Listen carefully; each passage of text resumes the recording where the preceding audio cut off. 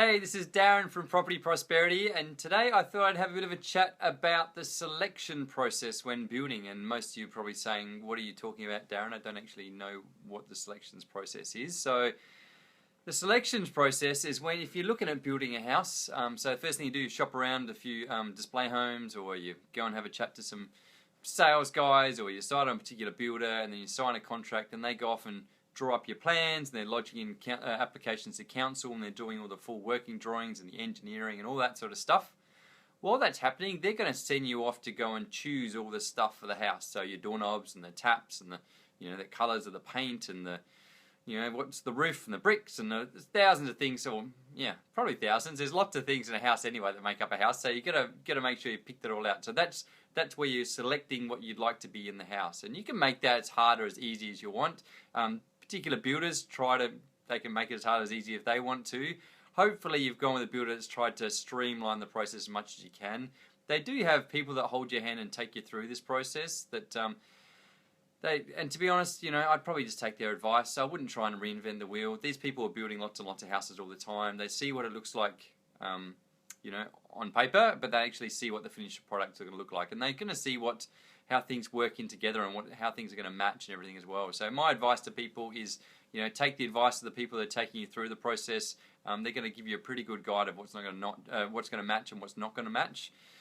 So my tips for saving you thousands of dollars when you're going through the selections process is, now that we actually know what the selections process is the first thing is just know what you want, even before you get there. So I don't know if you've heard the advice that if you want to go shopping, you're going to do your weekly grocery shop, you should go there with a list, and you're going to save yourself heaps of money, because otherwise you just wander around aimlessly and just start picking up stuff and throwing it in your trolley when you may or may not have needed it. And that's obviously where marketing and all that sort of stuff comes into it. You might get a little bit, hey, thanks for joining, and thanks for the like as well, and you might get a bit excited when you go there, because you are going to see some pretty awesome things. And so, hey Asley, thanks for joining. And so, those little awesome things could tempt you to. The problem you've got is, because there's so many things involved in a house, everything individually is not that much more expensive to upgrade to something slightly fancier. The problem is, you times that by 1,000 things in a house, and suddenly you're talking thousands, tens of thousands of dollars more that you're forking out to build this house. When, if you sort of put your blinkers on and just go in there saying, okay, this is my expectations for what I want in my house, this is the list of things I want, anything outside of that doesn't fit in my criteria, and I'm not sure I really need it. And just be a bit of a hard ass on yourself and just say, hey, well, I didn't need it before. Now I've seen this awesome thing. I can appreciate it looks awesome, but do I really need it is the question. So that's the first thing. Just go in there knowing what you want. It's going to save you significant amounts of money. So try not to get distracted, because remember, I suppose the things people don't necessarily understand is the builder, once they've signed you up to a building contract, any additional amounts you pay on top of that, then, you're just going to pay whatever you have to pay at the end of the day. You've already signed up, you bought the block of land, you're starting the building process. You're not, if they suddenly come back and the variations, extra $1,000 or $2,000 or $5,000 or $10,000, obviously you're not going to be happy, but you're going to have to deal with it at the end of the day, because you still want to keep building your house, and you're not going to go switching with another builder for the sake of a few $100s or a few $1,000s. So bear that in mind, that the builder understands that logic, and the builder understands that if there is any variations, it's going to have to be pretty bad before you actually quit the whole build process. So understanding that they're less inclined to want to negotiate, and they're more inclined to charge you higher prices for things. So that's the first thing. So don't get sucked into the whole not sucked in necessarily, but don't get too excited about buying extra things. And that probably leads into my second tip is understand, you're building this house for yourself, potentially you live in there, or even as an investment. Understand what the market wants in that area. Even if you're going to buy it for yourself and you say, I don't really care, I'm never selling this house, I'm going to live there forever. Things change. You might get another job on the other side of town, or heaps of different things. Have another kid, heaps of different things. You decide to you lose your job, and then suddenly you have to sell the property. Anything could happen. Who knows what's going to happen over time. So that dream house, you're going to live there forever, and you're making it for your own taste, and who cares what everyone else thinks. Understand that some things can change over time, and when they do change, you may have to sell the property to rent it out, and then you really do care what other people think. So, and the other thing is, you don't want to overcapitalize on the property, because if you have to sell it, then if you've got the mindset, I don't care, I'm never going to sell it, so who cares if I pay too much for this thing. If the situation changes, you do have to sell it, then you are going to be concerned about where it's at. And thing to understand about markets is, let's say the median house price is 500,000, your house is worth 700,000. It doesn't mean that someone can't afford to buy your house.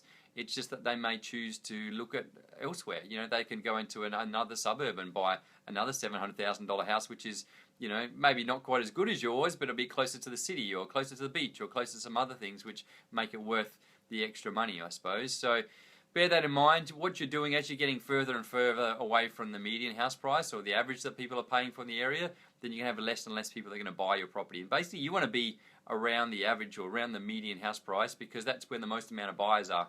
So if you ever had to sell the property, you want the most amount of people coming to buy it, you know, because that's when you get the most amount of money relative-wise. So you want to make sure whatever house you build, you're not over-capitalizing, which basically means spending too much and pricing itself out of the market, out of your local market. So yeah, that's the next thing is just, you know, just be tolerant of the fact that, or aware of the fact that, you know, it's not always the best thing to have the best thing. You know, sometimes it's good to have a compromise, and in reality, you're comparing things to other things that you really, you know, once you've, I don't know, if you're looking at different doorknobs or different taps, you know, there will be a better tap out there, and there's always going to be a better tap out there, and so you're always going to be able to find something more that you can spend your money on. But just find out something you're relatively happy with. You know, once you get that tap at home, you're living with it. It's not really going to be a big deal, and it's not really going to change your life. So, yeah, compromise is a pretty good thing, I think. And down the track, you're not really going to be concerned whether you had the super duper tap or the average tap, I imagine. So. And the final thing, which is going to save you a heap of cash, like I sort of touched on it before, is the builder doesn't really have an incentive to try particularly hard once you've signed the contract, you bought the land, you've lodged the plans in the council. So my next thing is if you know you want certain things included in the house, then negotiate with that with the builder before you've actually signed the contract. So if you know you want stone bench tops, then say that to the builder beforehand, before you sign the contract. So hey, how much is it going to cost me for stone bench tops? Obviously, they're going to try a lot harder on their pricing before you've signed the contract than after you've signed the contract, because they know, after you sign the contract, you're going ahead anyway. Whereas before that, they have to sharpen their pencil to try and convince you to sign the contract. So there's a heap of things like that. There's extra power points. There's extra light switches. There's could just be a gas point in your backyard. It could be a dishwasher. You might even be at the situation where you're negotiating with a builder. You might they might throw stuff in for you. So hey, tell you what, throw in a dishwasher and I'll sign the contract today. And before you know it, you've just saved yourself $1,000. So it's pretty easy to negotiate things like that before you sign the contract. To try and negotiate once you've signed a contract and you come back and say, hey, throw in a dishwasher now. What sort of incentive do they have to throw in a dishwasher after you've already signed the contract? It's probably not going to happen. So hopefully that's made sense to everybody, and if you've liked what I had to say, then click on the like button. If you haven't liked it, still click on the like button anyway, because I really appreciate it. And if you know someone's thinking about building and they may or may not know what the selections process is, but they're still going to find this useful, I'm sure. So click on the share button. I'm sure they'll find it interesting. And if you've got something you'd like to talk to me about, or you've got a comment about what I've had to say about today, then click on a comment in the comment box, and yeah, I'd really have to get some feedback from you guys. So thanks again for joining me.